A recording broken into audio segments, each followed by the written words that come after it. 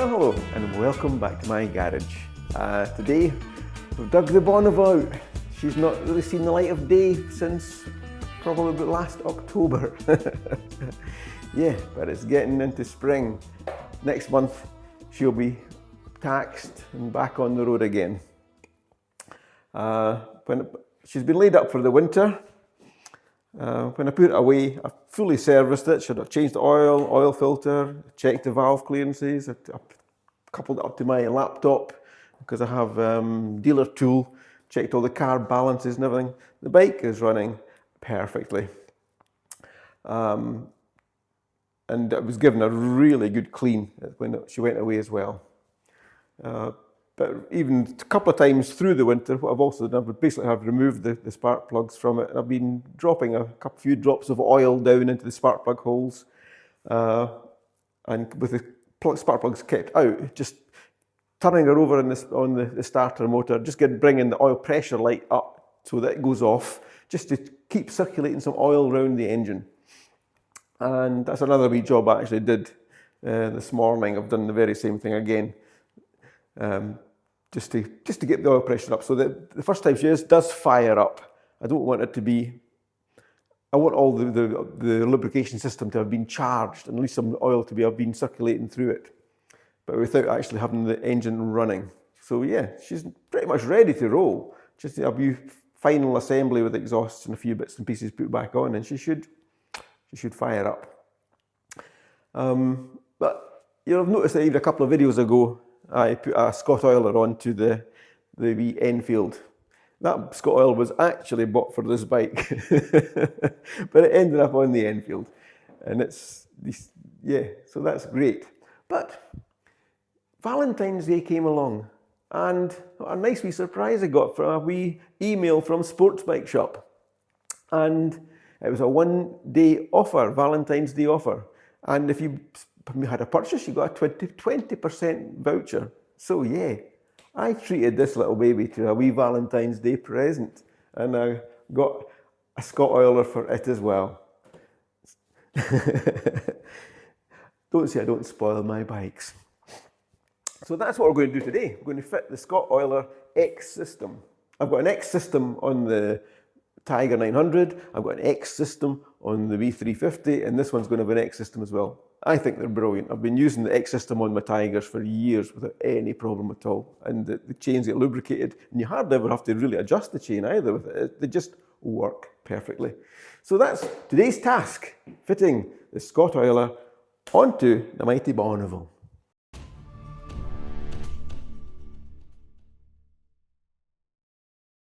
Basically, the first task is this is the X system unit itself. It's electric. So just all it is a couple of connections straight onto the battery, and that's all it is. It's dead simple. The battery's up here, so that's easy to get to. Trying to find the location for it, because the chain is on this side, so this is where it's going to be fed from. And there's not many places, to be honest. So the best place I can find is just to slip it on here. So that's pretty much where it's going to go. You have to keep it, there is a mounting on the back so it clips off and on. So you don't want it to be too far up the top so it doesn't actually clip off. So I reckon round about that position there will give it plenty of clearance so it can slip up and come off the bracket and go on. The wee bracket that goes on, it sits on here, and it's held on with cable ties.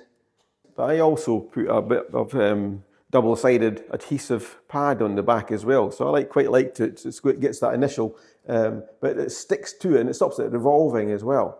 And so to me that aids the cable ties as well, although they are sufficient.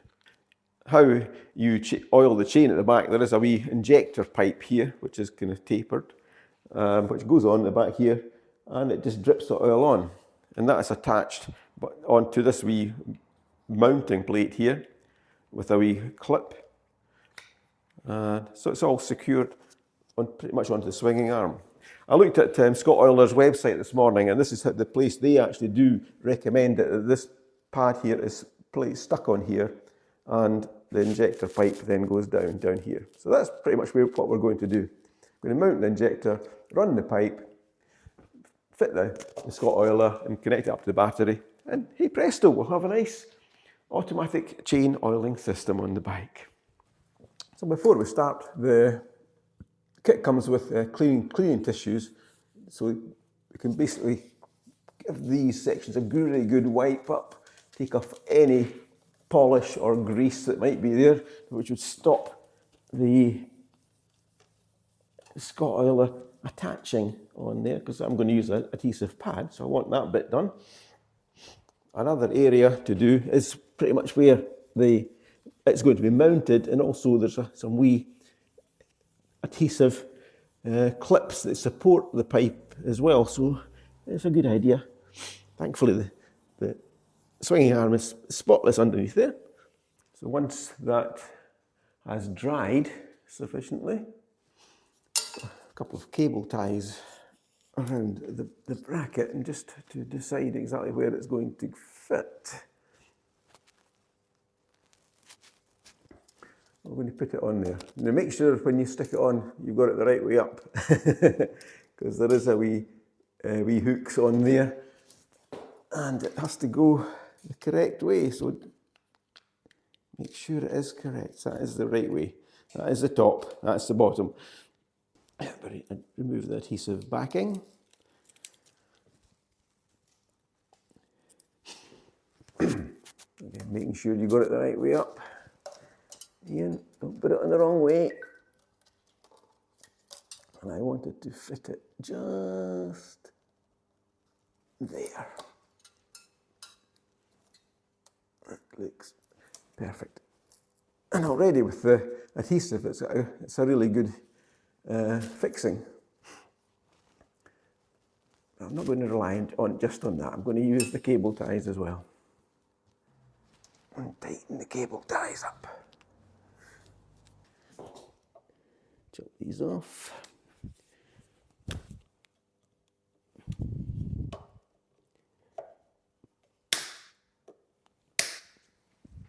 Quite like to turn them way at the back so they're out of the way. So that's the bracket mounted.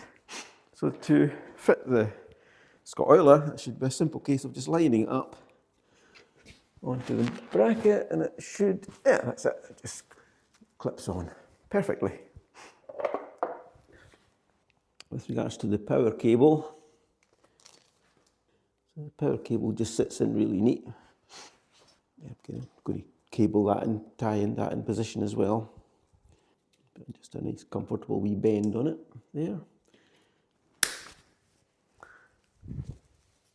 Turn that way at the back as well.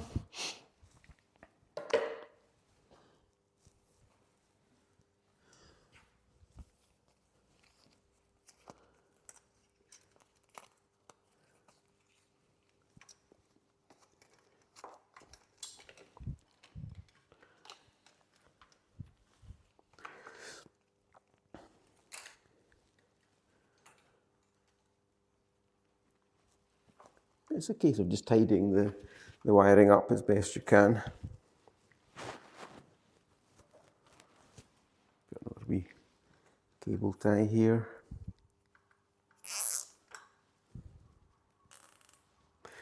It's sort of easy on this bike to route the wiring, that's for sure. So as you can see, I've routed the cable from the Scottoiler up here. I've cable tied it along this chassis rail. I've cable tied it up here, so it's now up and in beside the battery. There's plenty of length on it, but there's also quite a nice wee void down the side here. I don't really want to chop the wiring off at all. And it comes with an inline fuse as well. So what my plan is just to coil this wiring up slightly into a nice, like so. And the idea being that will just slip down inside there and be out of the way. So I'm going to do that, but use a couple of cable ties to hold that all together, like so.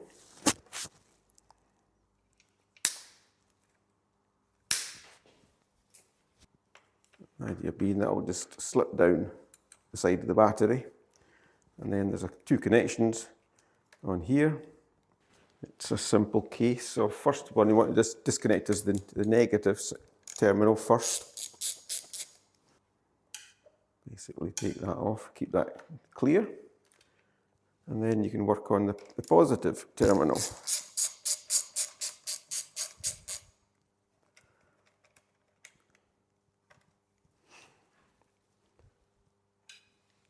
Actually didn't really need to take the bolt out, to be honest, for that one.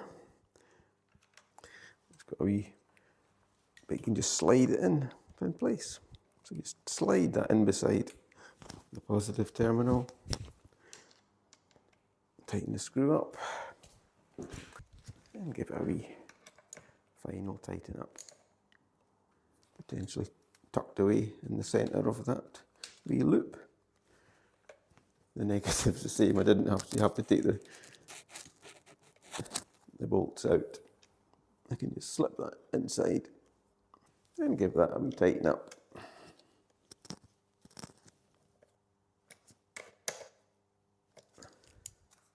And tuck that cable away as well. So that's really simple. That's basically it. The electrical side of the installation done. And we can check to see if it works. To work it, there's basically different buttons on here. There's a power button at the bottom, there's a prime button at the top, and there's a up and down buttons to regulate the flow. And if you hold the power button for 2 seconds, 1, 2, and let it go, it should power up. And as you can see, that's working. So again, so that's powered. It's got power. So we'll press it 2 seconds again, and it turns it off, and you see the lines going down. And if you hit the end of these buttons, you'll see it is off. So the electrical side is complete. The next stage is to fit the wee plate here where the injector is going to be mounted. And again, that is, I've cleaned that with the alcohol wipe. I'll take and it's self-adhesive, so it's a case of just lining it up on the back there, like so, and pressing it on, and that should be perfect. Again, I quite actually like belt and braces. So I quite liked to do is to put a cable tie into that as well, so that I know that's not going to fall off. So yeah, so it's held on with the adhesive pad, but it's also got a cable tie there as well. So the next point is to put the injector, and you'll notice the injector is actually tapered on its end. So you don't want the taper to be against it, you want the taper to be at this side, so the oil can run out, and it's not going to be blocked with any dirt or grease or anything on it. And that basically fixes onto this bracket here with a small Jubilee clip, basically. So it goes into this section, and you adjust it by bending this pipe, this bracket slightly, so that it goes in, and perfect, it'll do. So we put that through and roughly tighten this up slightly. It's awkward doing this when the camera's in the way. You just want the tip to be just touching the back of the sprocket, but not touching the chain, because you don't want the chain to hit it and then drag it around. So that looks like in a good position. So I'll tighten that up fully. There's just a wee nut and bolt on this one with the nylock nut. Yeah, that looks pretty good. So when the wheel's basically revolving, the oil will drip down here, and centrifugal force will force the oil into the chain. And it's also because it's going in this direction, it's not going to basically, if anything touches at all, it's not going to harm that. So that should just drip oil just nicely onto the chain. Perfect, I would say. Absolutely perfect. So all we've got to do now is basically route this pipe up to this bit here. This was an offcut from the one I fitted to the Enfield. So I've still got one original one left, a full length. The kit also comes with wee supports there, which are self-adhesive. So I'm going to put a couple of supports underneath here. I'm going to run it round along the bottom rail. I'm going to leave a wee loop of slack inside this area in the back here so that any articulation of the swinging arm is not going to upset it. And I'm going to put one down here and one, yeah, I'm going to put one just in here.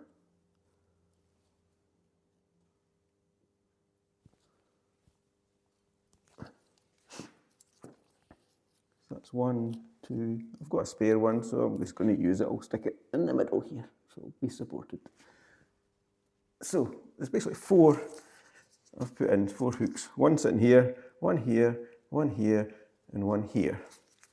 And it's a simple matter of just clipping the pipe into these supports, like so.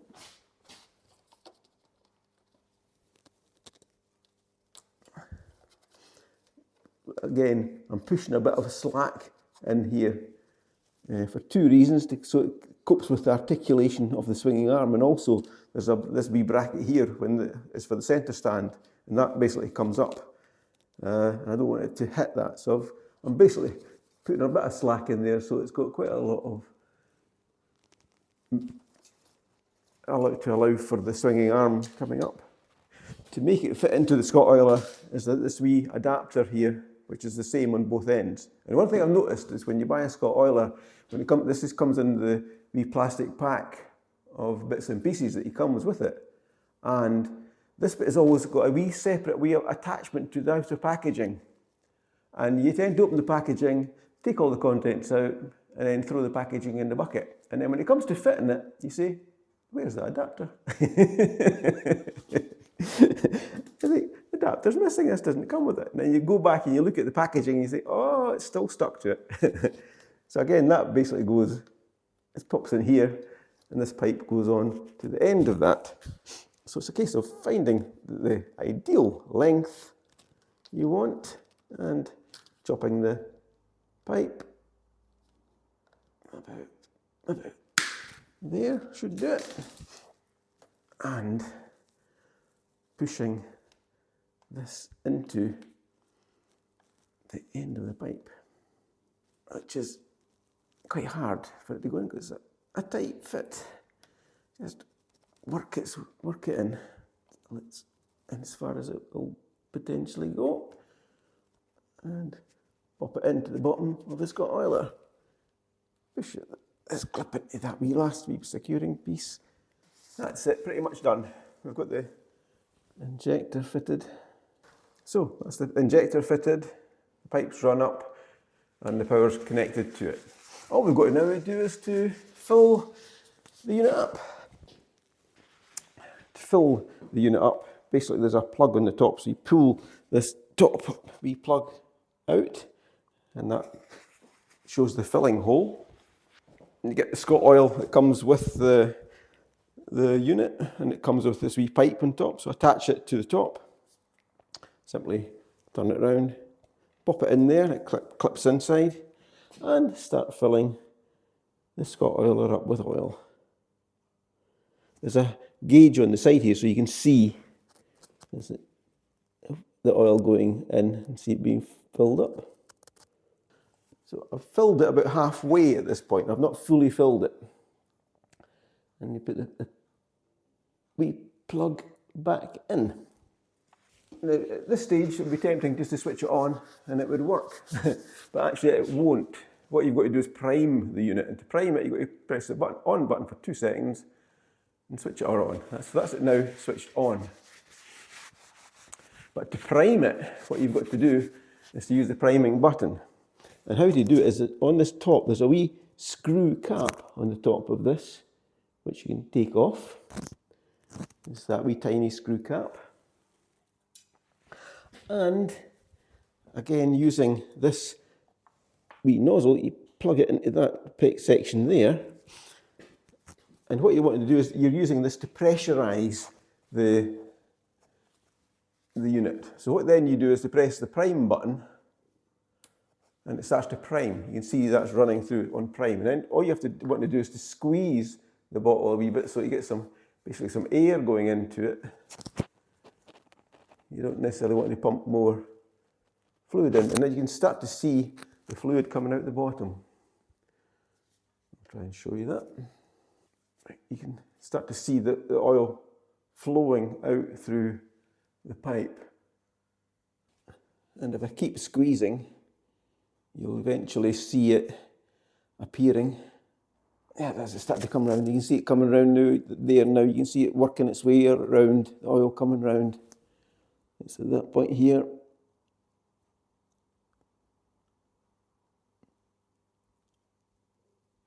So it's almost at the injector.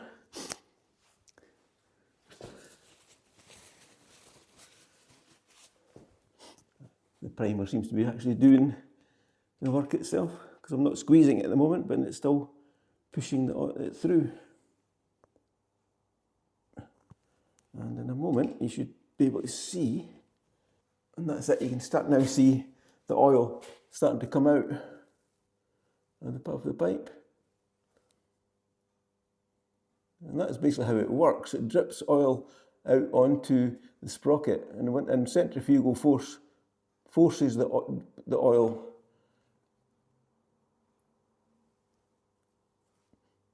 onto the chain. So that's it now actually working. It's priming. The pump is pumping it through. So to stop the priming, again, you press the prime button, and that's it, stopped. And then basically remove that. So that's the priming stopped.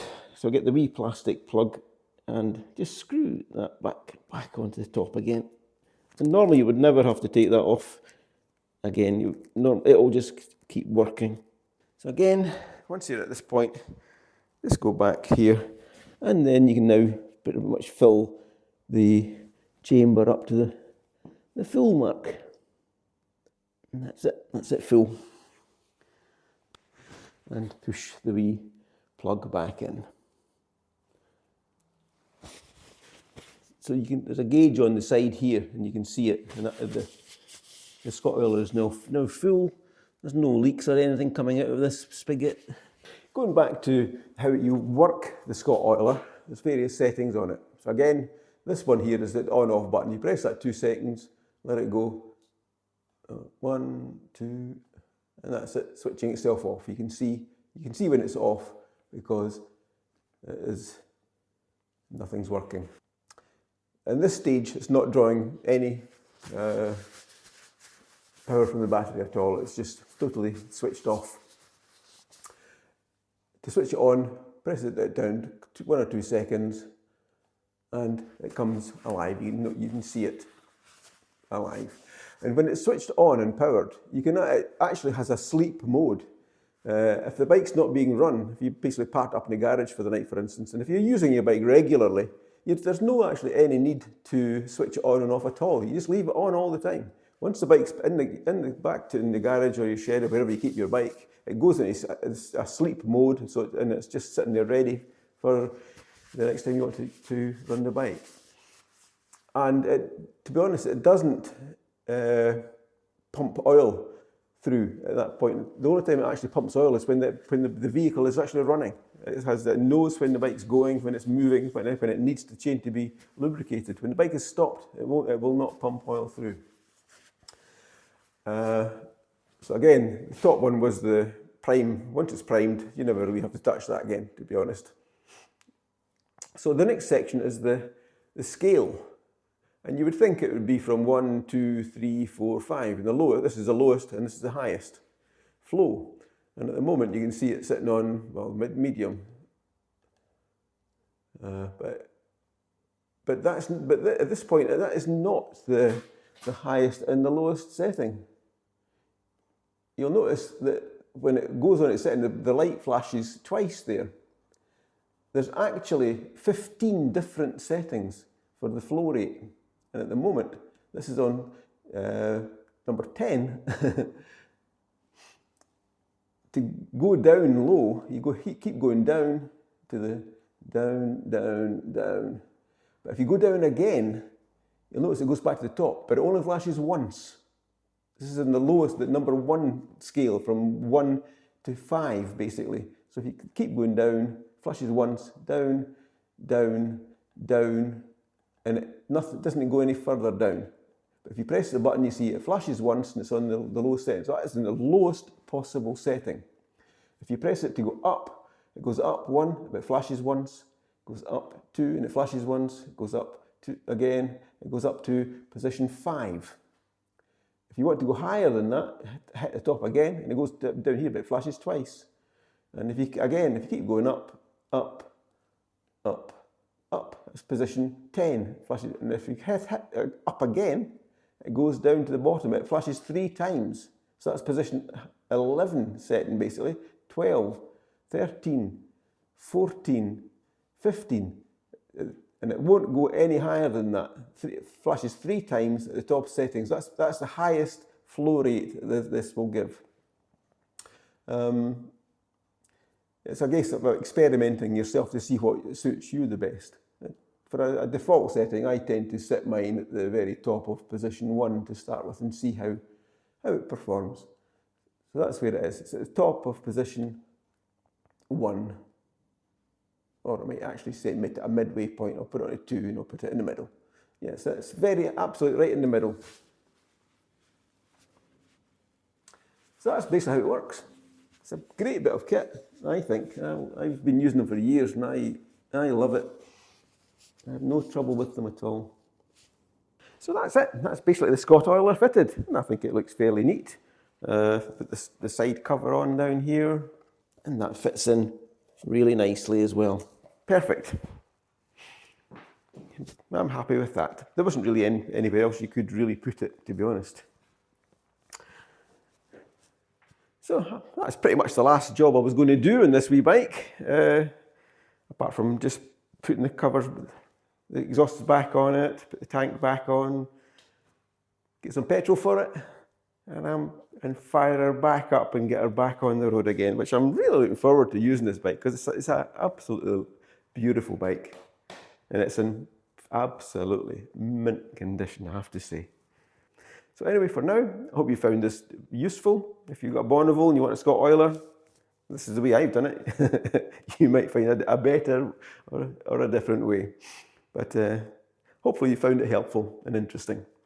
Anyway, bye for now. Take care, ride safe, and we'll see you on the next one. Bye for now.